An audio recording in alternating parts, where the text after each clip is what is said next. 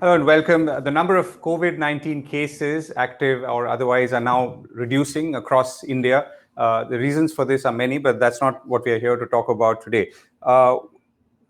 Most of April and May, many people across India were running pretty desperately from pillar to post to procure three or four kinds of medicines. One was ivermectin, azithromycin, favipiravir, plasma for plasma therapy, steroids.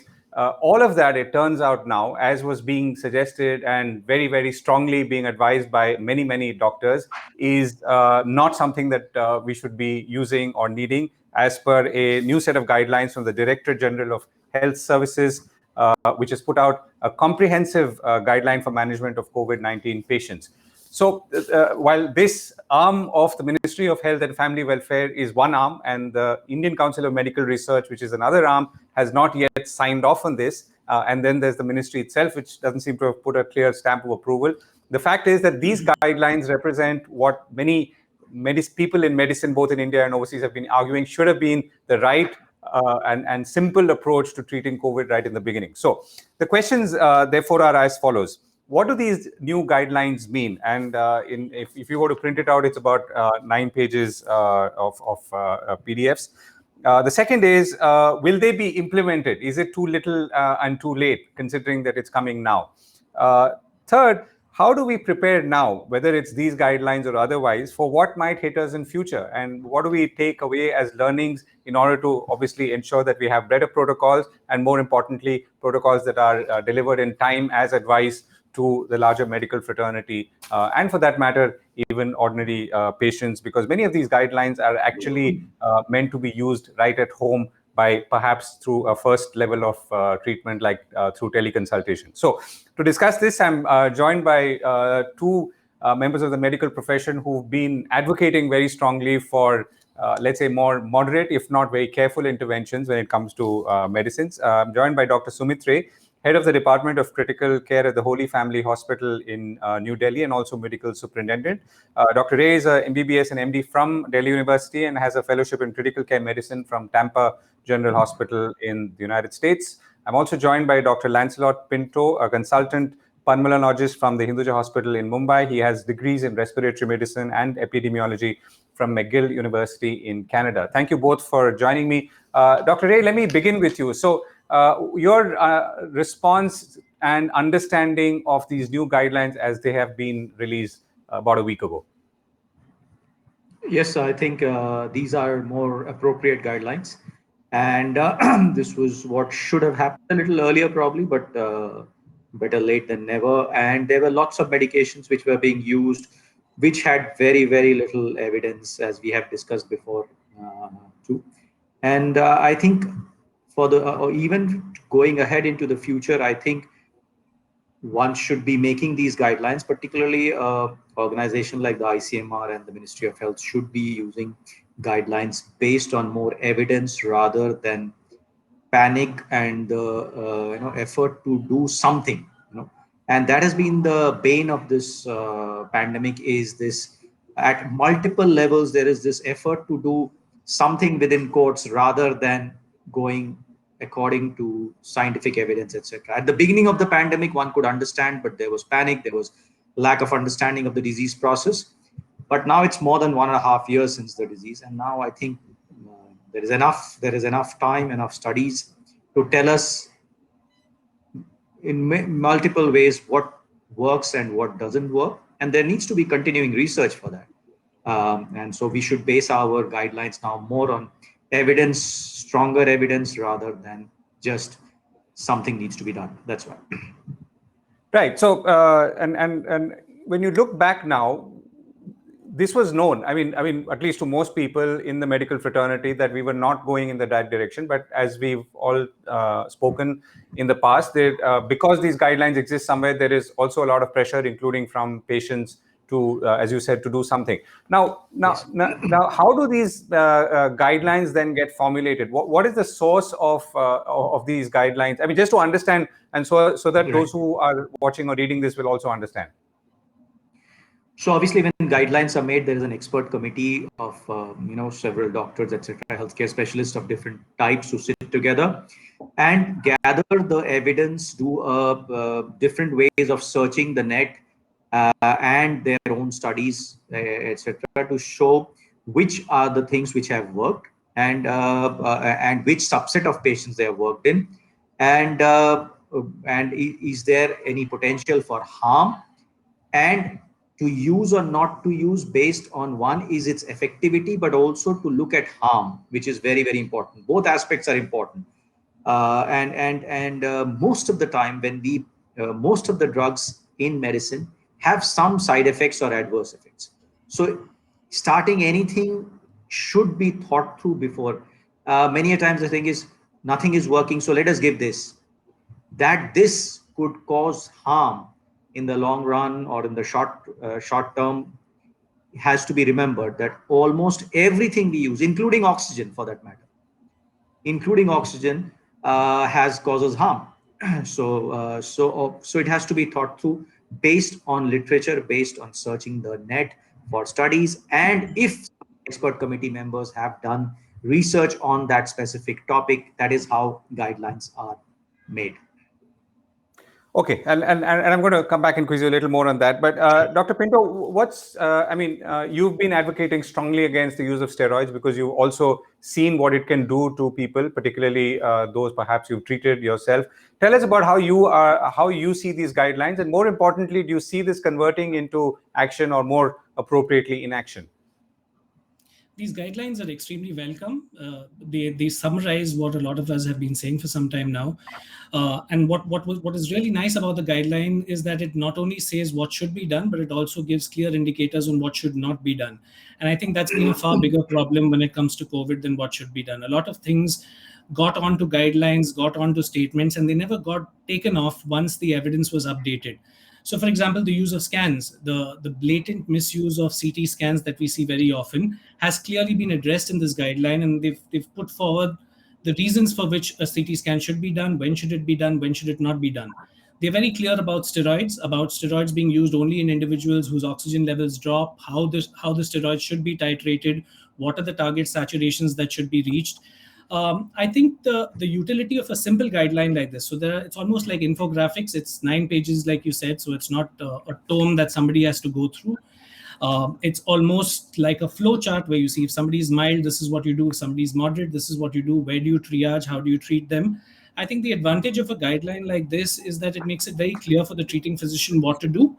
And it also gives proponents of evidence-based medicine a solid framework on which to base their treatment decisions. So I no longer have to apologize, or I no longer have to act like I am somebody who's doing different from what everyone else is doing.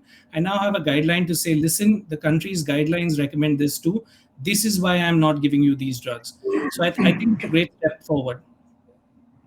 Right, Dr. Ray. There is a page on the use of guidelines and use of steroids and anticoagulants guide box, which pretty much says what Dr. Pinto just said. So tell us about how you've been treating patients in the most recent weeks, and did you sense that patients had become more receptive to, let's say, simpler forms of treatment, or or has it been the same right through? I mean, including the most difficult times in the months of April and May.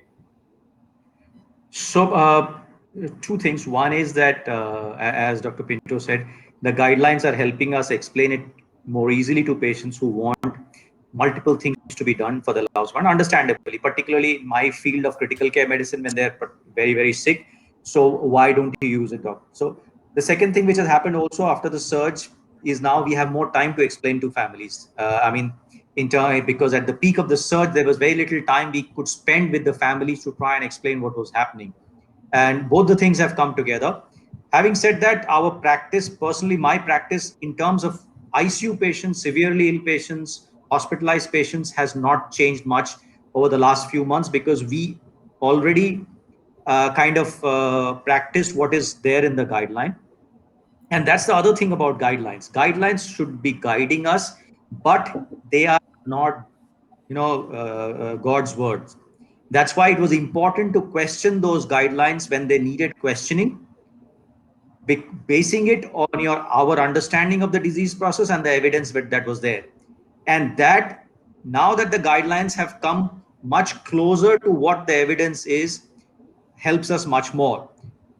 But again, we, just because there is a guideline does not mean that we should absolutely follow it on the dot, because there could be problems with guidelines, and there have been problems with guidelines before. It's not just for COVID, otherwise too, because sometimes there are many other interests which are put into guidelines, not for this COVID guideline, but which are put, which constantly needs questioning by doctors after having gone through those guidelines, understood those guidelines, and done enough kind of study or research or study, etc., to ask questions about those guidelines. Only then do guidelines change. And that's what has happened in this case also, because so many of us asked the questions about these guidelines. There was pressure on the ICMR and the ministry to actually keep looking at it and trying to change it. Not just the evidence, but also the questions raised by different people also helps to change guidelines. And can you illustrate that when you said that you've seen it happen in non-COVID cases as well? So the classic example has been what is called the surviving sepsis guidelines. Dr. Pinto would know about that too. Basically, septicemia, sepsis is one of the causes of high mortality in the ICU. And there were medication drugs which were proposed in the early 2000s. Classically, a drug called Zygris by Eli Lilly. In the 2004 guidelines, it came, and the guidelines were funded by the company. Right. And it came in the guidelines. It was, lots of us asked the question that there is not enough evidence, and it was an expensive drug. It pushed a lot of doctors to use it because it was part of the guidelines, but many of us kept asking questions. So by 2008, it's a 4-yearly guideline, the surviving sepsis guideline. By 2008, they were from a recommendation, it became a suggestion.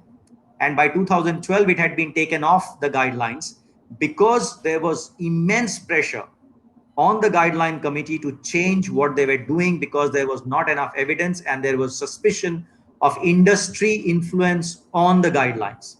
So these are the things which also happen for many, many disease processes, and oncology being one where there is a lot of pressure on guidelines, being industry pressure, pharmaceutical industry pressure, many others.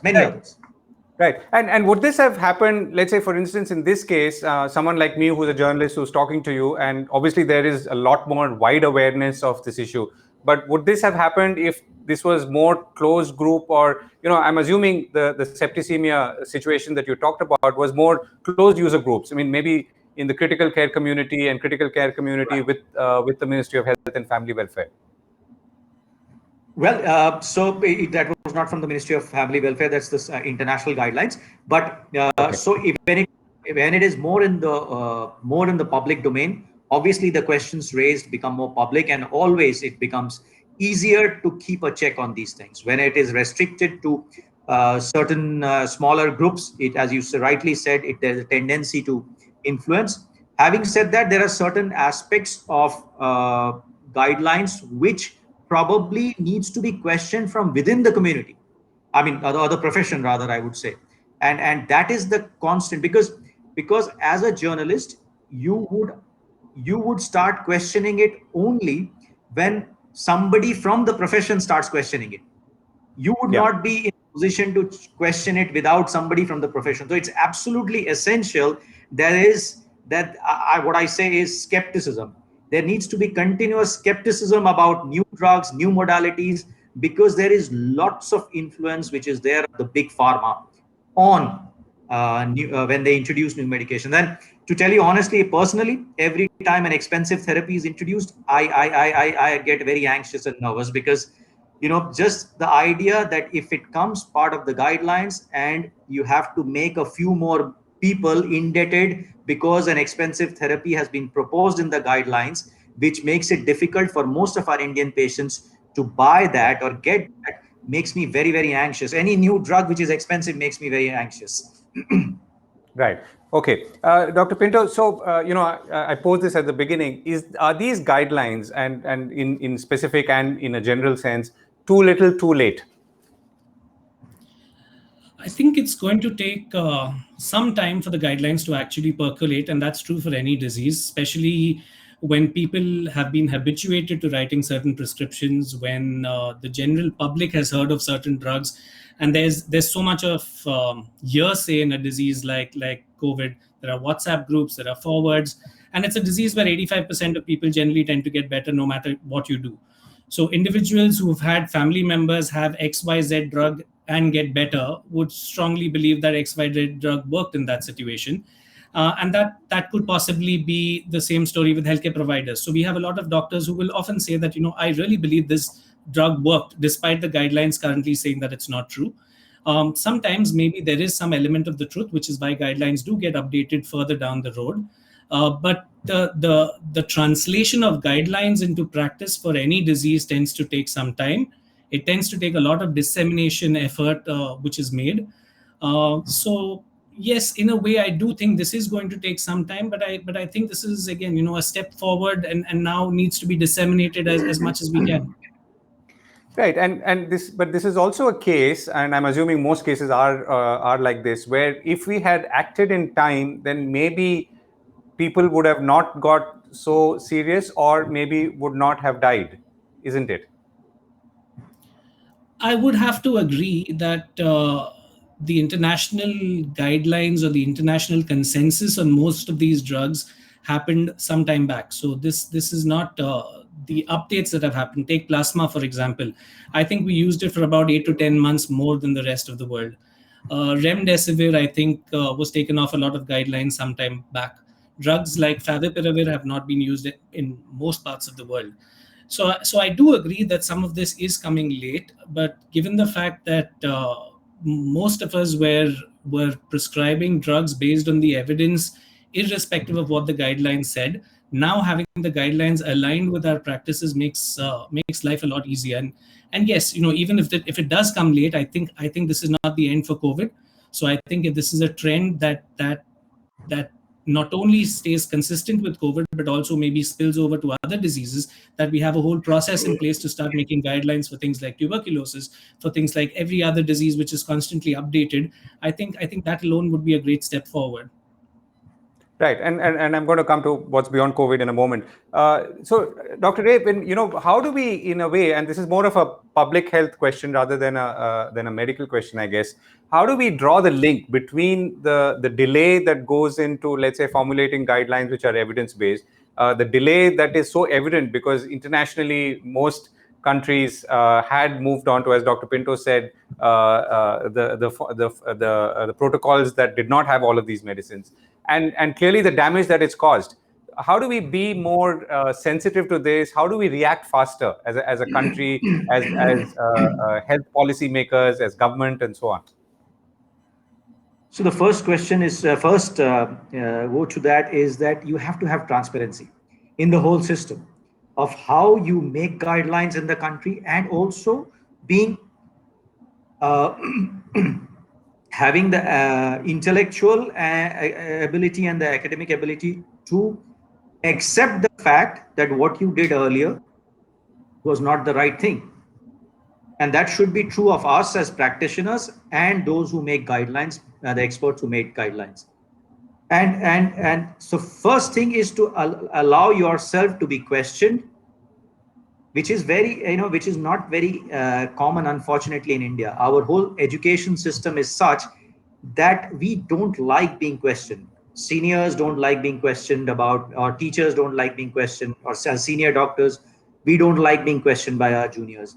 So that it's almost like a cultural thing, which needs to also get in that, yes, that one can be wrong, and one was wrong not because once once I mean the way they wanted to do things was wrong, but just that the evidence was building up. So once at a certain point of time and the evidence reaches a certain point of consensus, you have to change practice. The other is culturally also accepting for others that if a guideline said something at a certain point of time, it has changed now. That doesn't mean that the experts were wrong at that time. They based their guidelines on the evidence present. So that may also be true. So Right. just because you have changed the guidelines, so the fear among us those who make guidelines is that, okay, if we change it now, people will think that we didn't know what we were talking about. But that's not true. Evidence in science is constantly building. And then you have certain people, I don't want to take names here, who will say that, look here, allopathy could not do this, allopathy could not do that. Well, lots of things in Western medicine we cannot achieve, etc. But that does not mean that there is a scientific process of building evidence and research and then coming to the guidelines. Just because, as I said, culturally we have to accept that change will happen in science. Right. Okay. Last set of questions, Dr. Pinto. Let me come to you. We are seeing the second wave, the dreaded second wave, now ease off. The number of cases and mortality is coming down across the country. How should we be using this time to prepare? And what are you seeing from your own vantage point as you look ahead? And what should we be preparing for when it comes to, let's say, creating the next set of guidelines, whether it's for COVID itself or some variation of COVID, or in the larger sense, and I think you mentioned tuberculosis or other diseases that we might encounter? So I think it would be nice to have a framework or some sort of a body which constantly updates guidelines, which creates living guidelines. For example, if you look at the UK, there is something called the NICE guidelines. It's the National Center of Excellence. And when the NICE guidelines say something, most people do not feel the need to really cross-check it or go into great detail. By and large, they assume that a lot of that will be true. So as we speak, there are newer drugs which are there. There's this antibody cocktail which has come into the market now. There is 2DG, which is a new drug which has come. There is there was recovery trial just published its data saying that aspirin does not necessarily make a difference. So we need to constantly update it based on the knowledge that's available, and I think that's our best bet moving forward.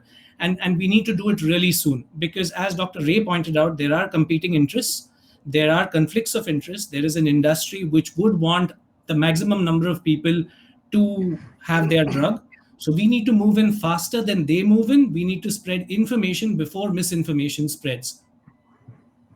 Right. And how do you look ahead in the context of COVID itself, assuming, let's say, now we are all mentally, if not physically, also gearing ourselves up for a third wave?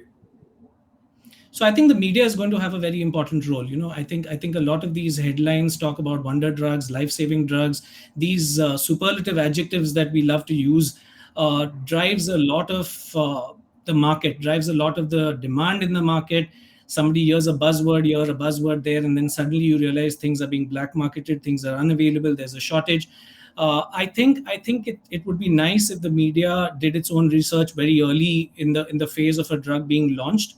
It would be nice if drugs that are scrutinized and cleared by the government, there is some degree of transparency, as Dr. Ray pointed out, where why has the drug been approved, what were the studies, what was the information that was used, that be put in a public domain so that anybody can critically appraise the drug and then put it out there.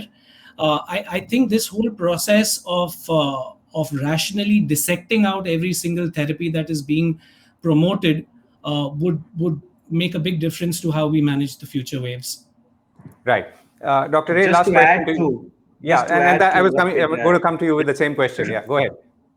Yeah, exactly. So just to add to what he said beautifully, is that also I think we are a large enough country with enough people, scientists and researchers and doctors. Like, why are the NICE guidelines accepted so easily in the NHS and across the world?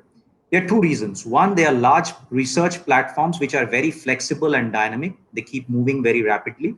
And the second is the conflict of interest or competing interests are not there. It's a very good public health system where the researchers are not influenced by profit for an industry, rather the best they can do for the people of that of the UK and the health system, the best they can do for the health system.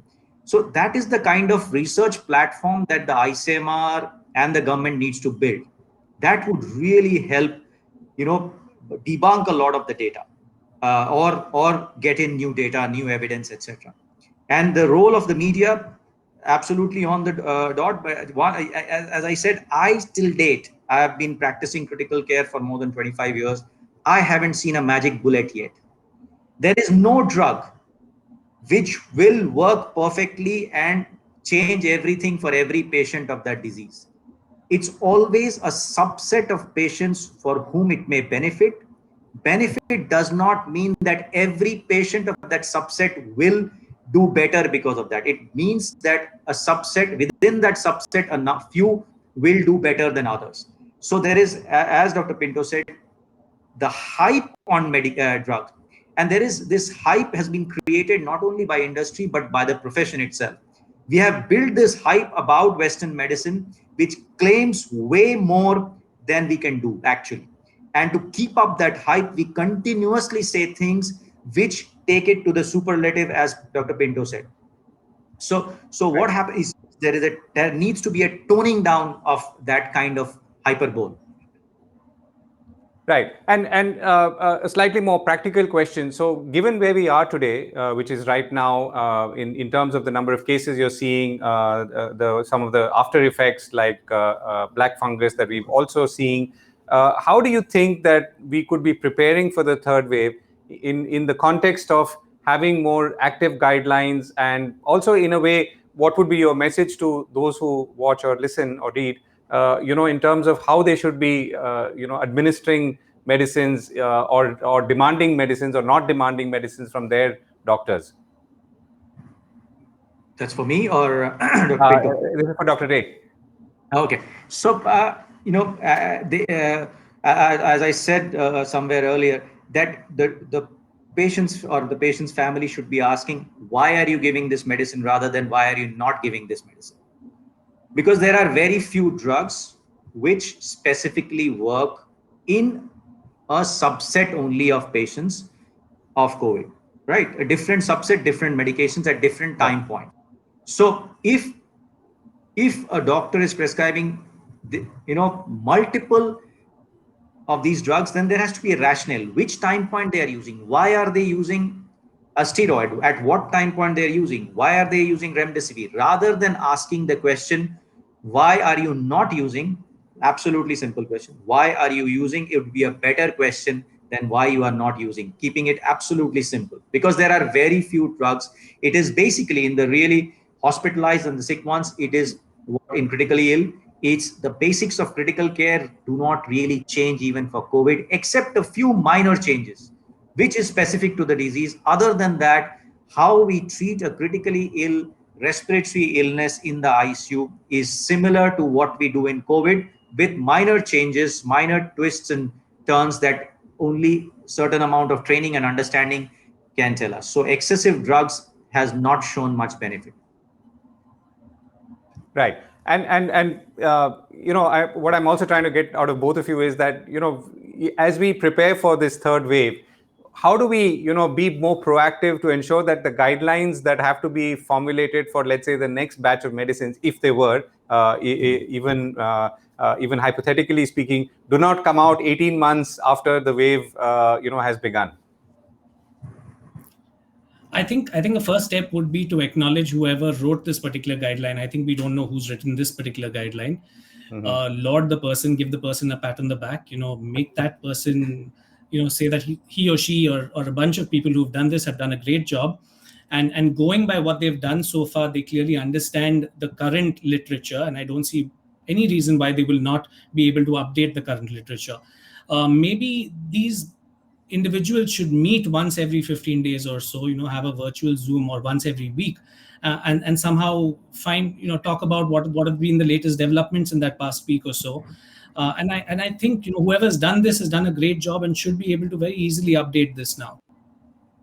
Right. Wonderful. So get together, do Zoom calls. Yeah, go ahead, Dr. Ray. And have the courage to question political decision makers in making guidelines.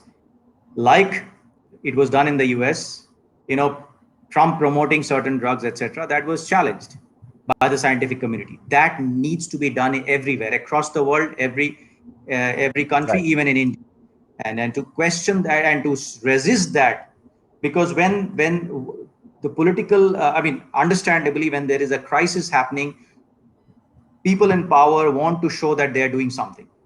Okay. And in trying to say that they are doing something, sometimes stuff which is unscientific gets pushed. So the scientific community, the research community, and the doctors should have the courage to oppose that. Right. That's a very good note to and an encouraging note to end on. Dr. Ray and Dr. Pinto, thank you very much for joining me. I do wish you, as always, and your teams all the very best in fighting this disease. Thank you very much, and hope to speak to you again. Thank you for having us.